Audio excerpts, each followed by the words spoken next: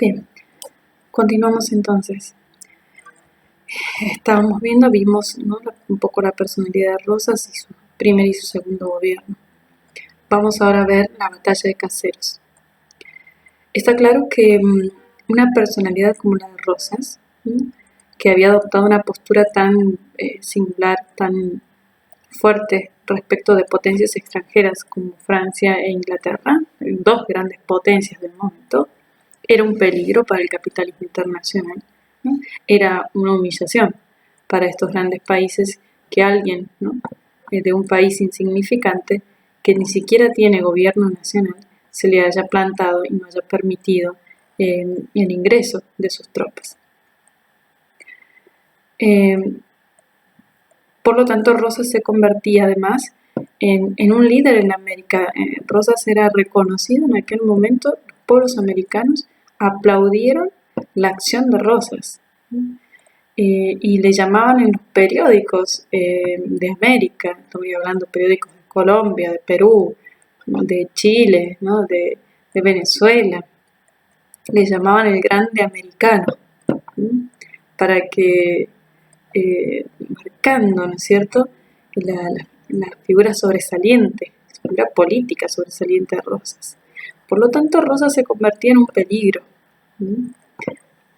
para los grandes países capitalistas, estoy hablando de Francia, Inglaterra, Holanda, Estados Unidos. Y como el intento de tomar en la Argentina por la fuerza en varias oportunidades ya había fracasado, excepto la toma de las Malvinas, que ya había ocurrido en 1833, sobre lo cual volveremos un poquito más adelante cuando veamos la guerra de Malvinas, vamos a recapitular un poco, pero durante ese periodo intermedio que hay entre el primer gobierno y el segundo de Rosas, los ingleses toman las Islas Malvinas, pero no habían podido tomar Buenos Aires, y ahora lo intentan de nuevo en el segundo gobierno de Rosas y no lo logran. Entonces, ante eso, Rosas tiene cavada su tumba. Como no pueden hacerlo por medio de la fuerza, van a buscar el modo de destruir a Rosas a como dé lugar. Y van a intentar hacerlo como un efecto de pinza, ¿no?, desde adentro y desde afuera. Destruir a Rosas desde afuera y destruir a Rosas utilizando elementos internos. Por eso los grandes aliados de los ingleses en la Argentina eran los unitarios. Ellos los apoyaban a propósito porque sabían que luchaban en contra de los gobiernos federales y especialmente sobre el gobierno de Rosas.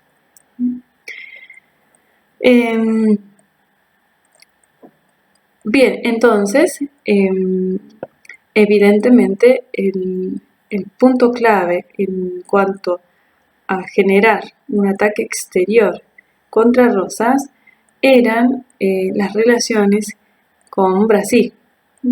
Brasil es un enemigo histórico de la Argentina y un aliado histórico de Inglaterra.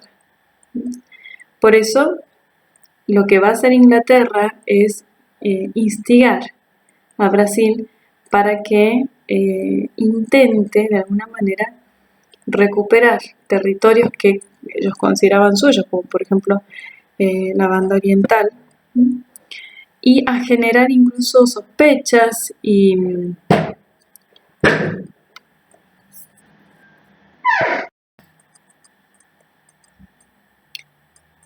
bien, ¿de qué manera entonces se podía, o qué conveniencias podía llegar a tener Brasil para embarcarse de nuevo en una guerra contra la Argentina?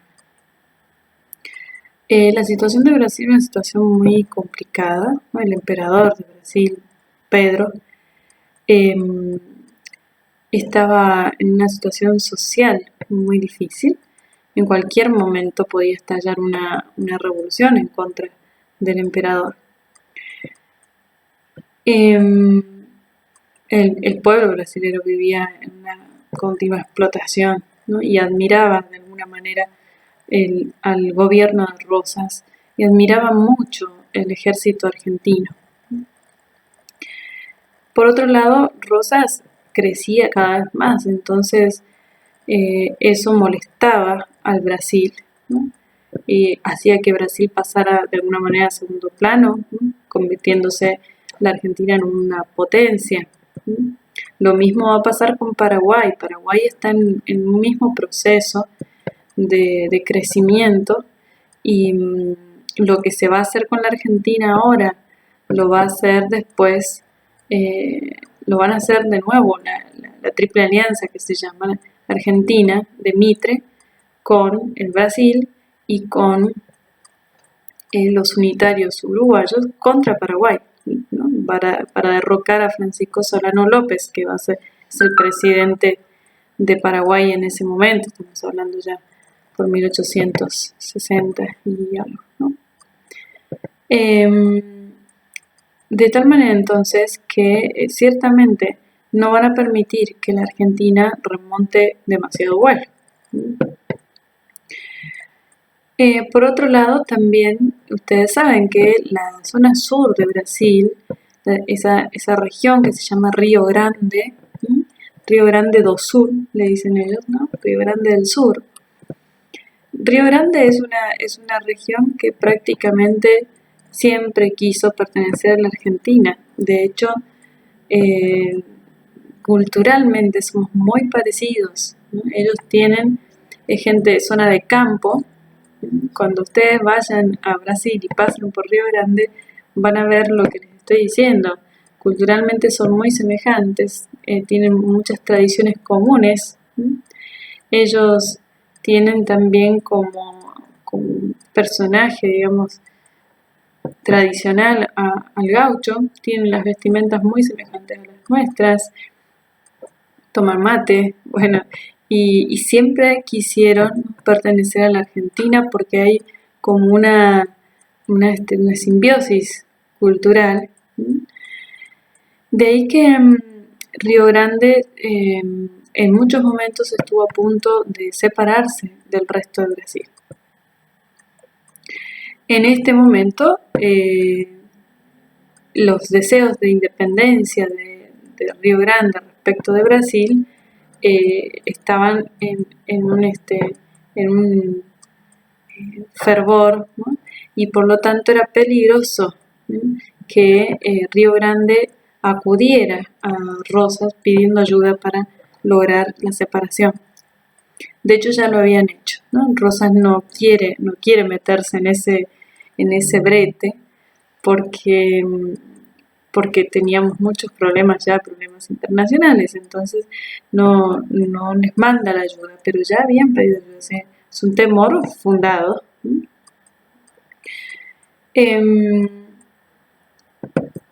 Por otro lado, Rosas nunca reconoció los derechos que los brasileros aludían sobre las misiones orientales, ¿no?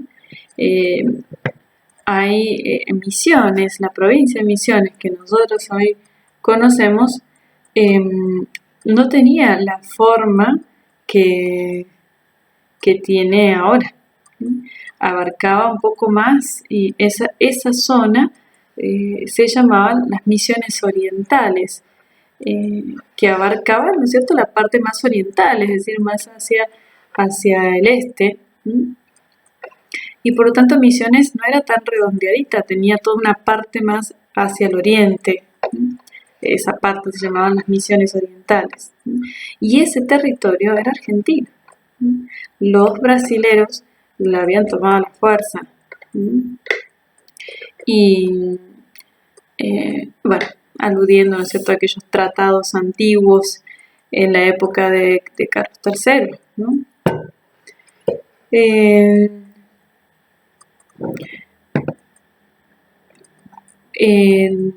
Todo hacía pensar que Rosas iba a intentar recuperar ese territorio porque Rosas nunca aceptó que las misiones orientales fueran de Brasil. Por lo tanto, ahí había un litigio, ¿no? Un litigio diplomático aquí ahora que podía transformarse en un conflicto armado. Bien, todo eso entonces hace que Brasil sopese la posibilidad de entrar en conflicto con Rosas. Bien, los ingleses muy hábiles van sumando y restando y calculando y especulando y metiendo, por decir así, la pulga en la oreja para hacer que las cosas salgan como ellos quieren.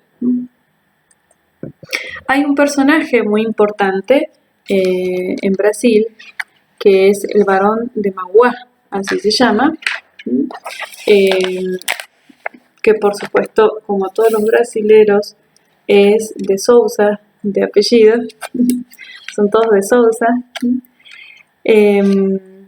Se llama Juan Evangelista de Souza, en portugués João Evangelista de Souza, más conocido como el Barón de Mauá, ¿no?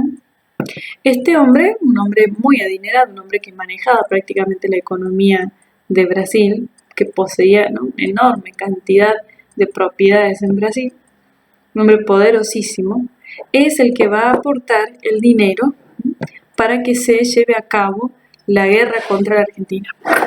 Por supuesto, él previendo, ¿no es cierto?, sacar partido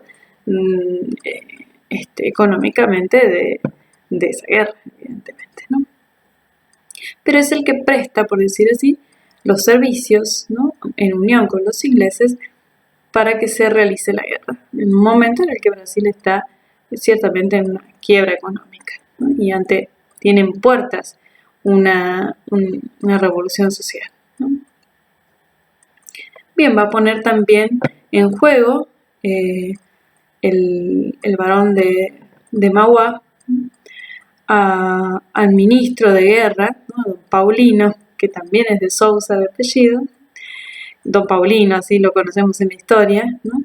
Es ministro de Brasil, un diplomático muy hábil, ¿no?, como todos los brasileños se caracterizan por la diplomacia, ¿no?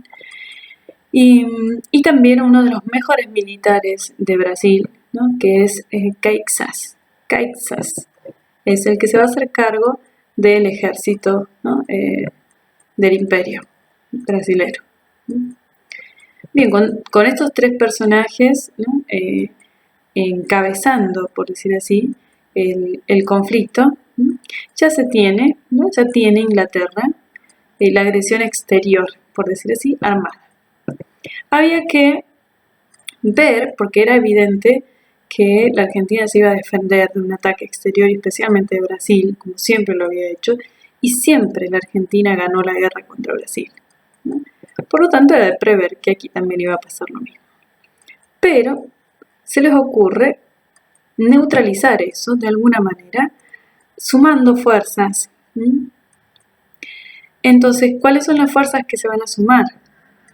Por un lado, necesitan un agente interno, alguien de confianza de Rosas que sea capaz de traicionarlo, para lo que no se puede hacer desde afuera, se hiciera desde adentro.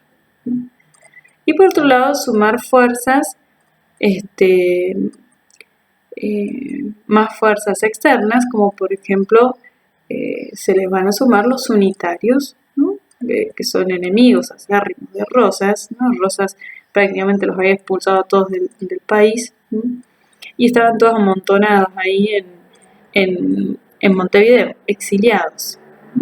Por eso, los unitarios uruguayos se van a aliar con el Brasil.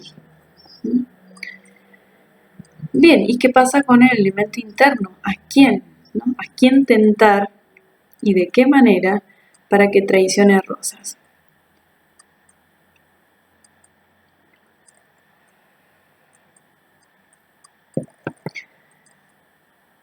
Ponen los ojos de entrada nomás en un personaje que era un hombre de confianza de Rosas. Rosas había organizado lo que se llamó el ejército de operaciones, que contenía lo mejor del ejército argentino y especialmente la caballería, ¿no? La caballería argentina, que estaba integrada por granaderos, ¿no? Granaderos a caballo, y muchos de ellos entrerrianos. Los entrerrianos son muy diestros con el uso del caballo. Es decir, lo mejor del ejército argentino, Rosas lo va a poner al mando del general Urquiza, Justo José de Urquiza, gobernador de la provincia de Entre Ríos, federal, mano derecha de Rosas en el ámbito militar. Urquiza era un hombre muy poderoso en Entre Ríos, ¿no? Un caudillo con muchas propiedades y con mucho prestigio también. Un militar muy bien formado. Pero a la vez también era gaucho, ¿no? Era caudillo. La gente de Entre Ríos confiaba en Urquiza. Entonces, Inglaterra, Brasil, esta alianza, ¿no? Van a tentar a Urquiza para que acepte traicionar a Rosas. Le hacen algunos ofrecimientos en algunas entrevistas, ¿no? secretas. La primera entrevista que recibe Urquiza, donde le ofrecen una cierta cantidad, de dinero, ¿no? y le ofrecen apoyarlo en el gobierno argentino, ¿no? Que si él se apropiaba del gobierno, y protección, sobre todo, a la provincia de Entre Ríos. En fin, una serie de promesas, digamos, a cambio de que Urquiza se rebelara contra Rosas. En esa primera entrevista, Urquiza se niega totalmente a traicionar a Rosas, ¿no? Y incluso lo hace con palabras firmes, ¿no? Que piensan que soy un traidor, ¿no?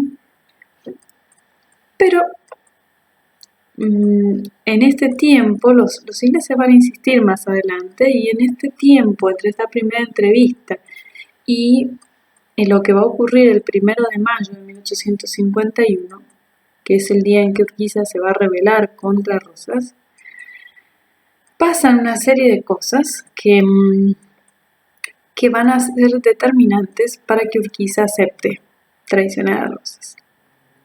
¿Qué cosas? Ustedes saben que estaba rigiendo en Argentina la ley de aduanas de 1835. Esa ley de aduanas se aplicaba no solamente en el puerto de Buenos Aires, sino que se aplicaba en todos los puntos de frontera, en todos los puertos internos, de tal manera que hacía imposible, o al menos declaraba la guerra, digamos, la guerra económica, ¿no? contra el contrabando, contra el tráfico, porque eso era evadir los impuestos, ¿no? Y entonces eran ingresos que no entraban para la nación y por lo tanto eran castigados, ¿no? La ley de aduana preveía los castigos y todo, ¿no?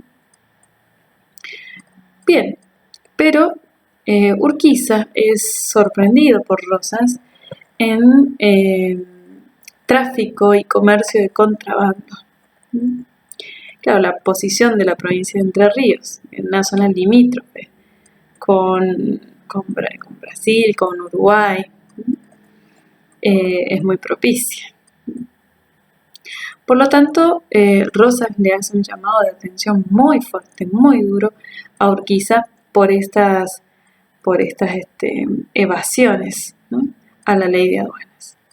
De ahí en más, Urquiza espera, por decir así, el momento oportuno para rebelarse contra Rosas, porque hay ahora una diferencia fundamental entre ellos y hay un llamado de atención muy duro de parte de Rosas contra Urquiza, un llamado de atención que correspondía, ¿no? Ellos eran las autoridades, ¿no? Y Rosas no estaba dispuesto a aceptar ningún tipo de corrupción en su gobierno. Más allá de que Rosas no era, recuerden que no era presidente, era gobernador de Buenos Aires, pero tenía autoridad sobre las otras provincias porque la ley de aduanas regía el comercio exterior. Entonces todas las cosas que tenían que ver con el exterior estaban delegadas en el gobernador de Buenos Aires, de parte de las otras provincias. Por tanto, Urquiza borraba con el codo lo que escribía con la mano, ¿no? Entonces eso Rosas se lo hace notar.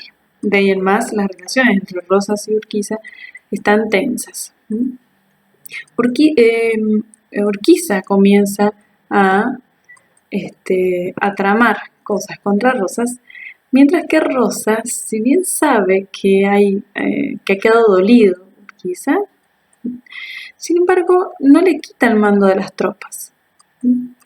Creo que Rosas ingenuamente creyó que Urquiza tampoco era tan corrupto como para luchar en contra de sus ideas federales. Pensó que estaba más convencido del federalismo y que no iba a hacer algo en contra de la federación. Error, porque Urquiza, llegado el momento, instigado, ¿no es cierto?, incluso convencido por los delegados del gobierno de Brasil, de Inglaterra, decide el 1 de mayo, como les anticipaba, de 1851, escribir ese famoso pronunciamiento, ¿no? Es una hojita donde él publica que se levanta contra Rosas. Entre las cosas que se aluden, ¿no?, del levantamiento, una de esas cosas es que el gobernador de Buenos Aires se opone a la organización constitucional de la nación, lo cual era una mentira. Eso es mentira. Rosas jamás se opuso a la Constitución Nacional. Sí dijo que no iba a organizar un congreso constitucional hasta que no se estableciera el orden en el país. ¿Por qué? Decía ese papelito, le decía, ¿no? El papelito que es una Constitución Nacional, primero hay que vivirlo y después lo vamos a escribir, ¿no? Rosas tenía razón en eso. Pero eso servía para que los enemigos de él, sobre todo los unitarios, dijeran que era un bárbaro, ¿no?, y que estaba en contra de la Constitución Nacional, cuando todos los grandes países liberales ya tenían su Constitución Nacional. Nosotros estábamos todavía en la época de los aborígenes, ¿no?, sin leyes, sin una carta magna para cumplir.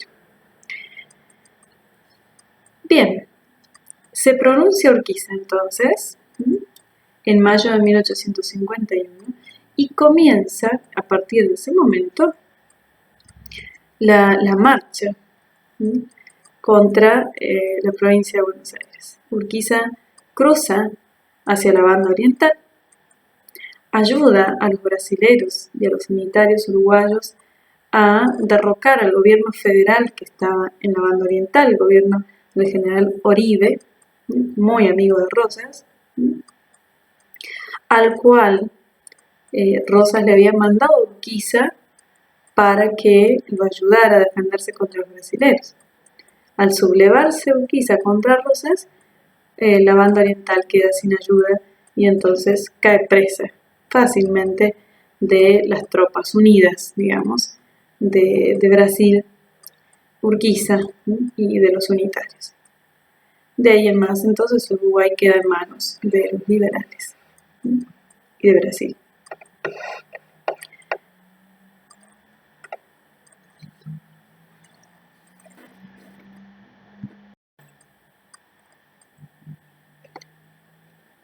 Bien, luego entonces de todo esto avanza el ejército grande, el ejército aliado se le llama, de Urquiza contra Rosas. Rosas tiene ese margen de tiempo desde el pronunciamiento hasta febrero, tiene un tiempo de pedir refuerzos, ¿no es cierto?, y ayuda para defender la ciudad de Buenos Aires. Así lo hace, ¿no? Pero, claro, lo mejor del ejército argentino estaba en el ejército de Urquiza. Va a haber muchas deserciones, ¿no? Gran parte, o incluso regimientos casi completos que se sublevan contra Urquiza para no pelear contra Rosas. Entre ellos, por ejemplo, están los soldados del general Chilavert, que Urquiza después hizo degollar, ¿no?, por haber sido desertores de su ejército. Muchos se pasaron a las tropas de Rosas e intentaron unirse con Rosas, algunos lo consiguieron, otros no. Rosas tiene un problema serio, entonces, porque no tiene muchas armas, sus soldados son gauchos, pero no han sido entrenados como militares, van a pelear contra el ejército de línea, ¿no? Y los caballos que utilizan, por ejemplo, eso es un detalle que los militares siempre hacen recalcar, que los caballos de Rosas eran caballos bisoños, es decir, nuevos, no acostumbrados a los bombardeos, por ejemplo, de cañones, y eso hace que se asusten mucho, ¿no? El caballo tiene que ser entrenado para escuchar esos ruidos y no asustarse. Los caballos que tenía Rosas eran caballos nuevos, entonces responden mal en la batalla. En fin, una serie de traspiés, digamos, militares y materiales, por decir así, del ámbito de la guerra, que hacen que Rosas no pueda vencer a Urquiza. Chilavert lo cubre a Rosas, ¿no? Chilavert se comporta como un héroe, ¿no?, defendiendo a Rosas. El general Chilavert lo cubre para que Rosas pueda escapar, porque si era atrapado en la batalla, Rosas iba a ser fusilado, eso era seguro, ¿no? Entonces, y también un detalle que siempre se cuenta, que Rosas cuando vio el ejército de Urquiza formado, estaba formado por sectores, ¿no? Estaban los argentinos por un lado, los brasileros en los flancos. Y Rosas ordenó atacar a los flancos, es decir, atacar a los brasileros. Reconocía Rosas que el verdadero enemigo era Brasil, no era Urquiza, más allá de la traición de Urquiza, ¿no? Y de alguna manera Rosas, ¿no?, por ese nivel que tenía, ¿no?, lo humillaba a Urquiza, no considerándolo como un enemigo, ni siquiera estaba a la altura de un enemigo. Entonces Rosas ataca a las banderas verdes de los brasileros. Lamentablemente Rosas tiene que replegarse, ¿no es cierto?, hacia la ciudad de Buenos Aires. Sabe que están perdiendo, que van a perder la ciudad, y allí su hija Manuelita es la que le insiste, ¿no?, para que se tome el barco que estaba en ese momento en el puerto, un barco inglés, ¿no?, mercante, comercial, ¿no?, y puedan salir de Buenos Aires para no ser atrapadas.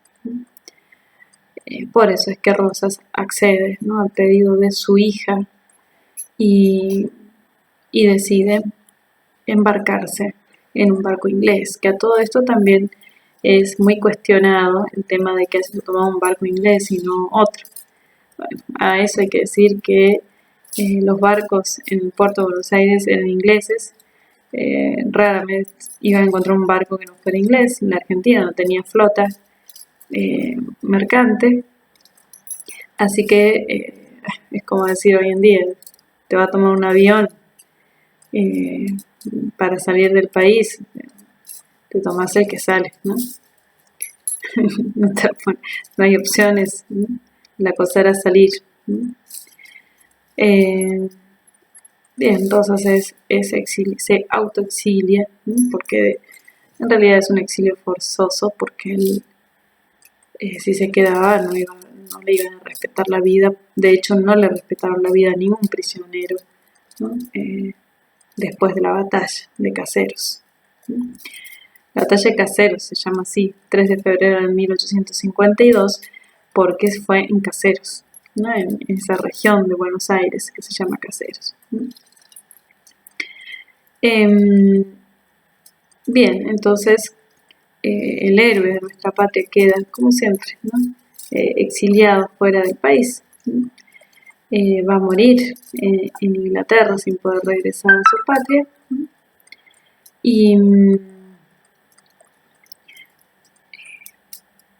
Y bueno, y anhelando siempre, ¿no? Sufriendo por los destinos de su patria. Rosas. Actualmente Rosas está enterrado en el cementerio de la Recoleta, porque fue traído a la Argentina, ¿no?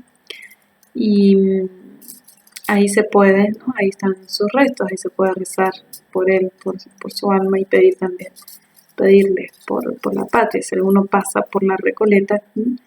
Es paso obligado ir a visitar la tumba de Rosas, ¿no?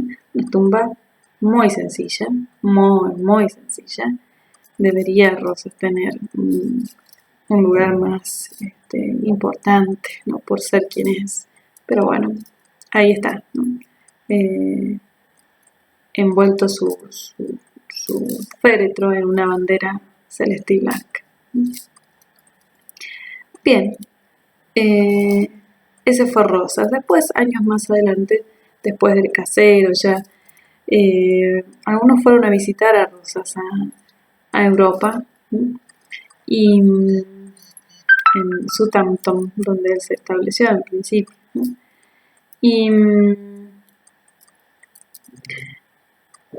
Y le hicieron algunas entrevistas. El caso famoso es el de la entrevista de Quesada, ¿no? A Rosas, donde lo hacen hablar sobre todas las cosas que habían pasado, ¿no? Durante su gobierno. Esas son muy interesantes, si alguno tiene oportunidad de leerlos, ¿no? Porque ahí Rosas habla realmente, ¿no? Y deja en claro, ¿no? El porqué de sus acciones, ¿no?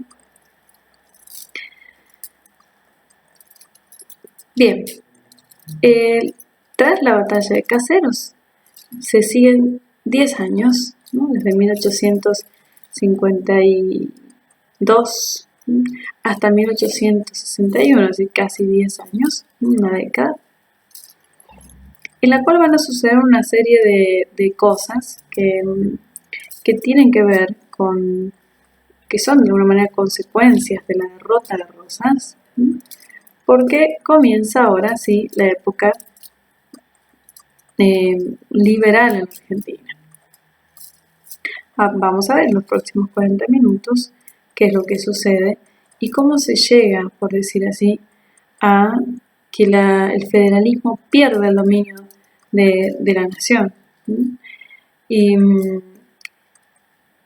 Y termine, ¿no? Siendo gobernada prácticamente de modo ininterrumpido desde 1861 en adelante por liberales. Siempre se dice que hay, ¿no? Como una brecha en la historia argentina entre Caseros y Pavón, ¿no? Desde 1852 hasta 1861, 62, ¿no? Para grabarlo en la memoria, viene bien ubicarlos como si fuesen 10 años, ¿no? Pero siempre sabemos que la batalla de Pavón fue en 1861.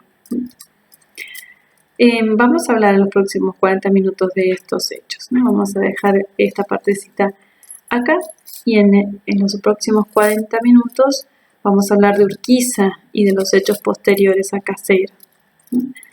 que marcan ciertamente, marcan una línea que se va a profundizar y se va a establecer de modo casi ininterrumpido desde ahí en adelante en la historia argentina hasta nuestros días.